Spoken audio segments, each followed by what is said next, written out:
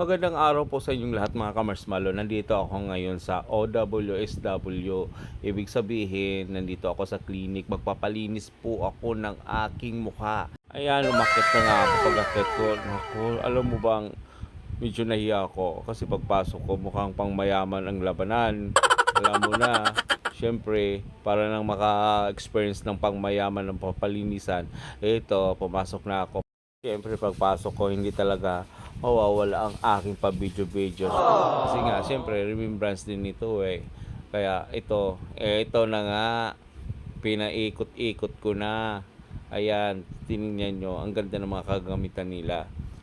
Oo, kaysa napuntahan namin dati ng palinisan ng mukha sa bayan, mas okay talaga ito dito. Pang mayaman ang labanan dito.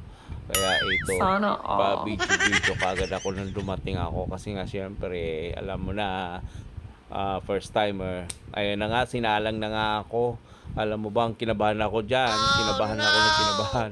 Kasi first timer nga, sabi ko sa babae, medyo kinabahan ako konti Oo.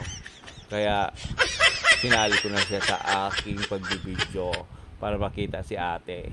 Siya yung gagawa sa akin. Siya yung maglilinis ng aking mukha. Ayan na nga, alam nyo na. Nung pinahira na ako niyan, nako, ang lamig-lamig niyan. Ang sarap ng pakiramdam. Ayan, hindi ko mapigilan na makapikit. Ayan, yung pagganyan-ganyan niya, pinilit kong gigising, pero nako, nakakapikit talaga ako kasi ang sarap-sarap ng aking pakiramdam dahil nga ang lamig-lamig. Eto na nga, kumuha na si ate ng aywan ko ano yung kinuha ni ate, ilalagay sa aking mukha. Ayan, minasage niya ating yung aking mukha.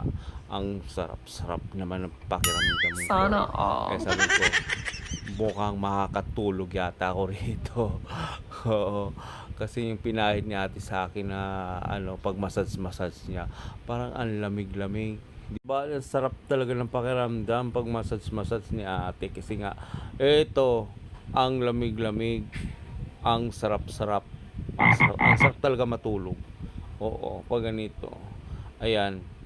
Mamaya sabi ni ate, ililipat daw niya ako doon sa kabilang machine, pero maglalagay muna siya sa akin, gagawin muna niya akong robot.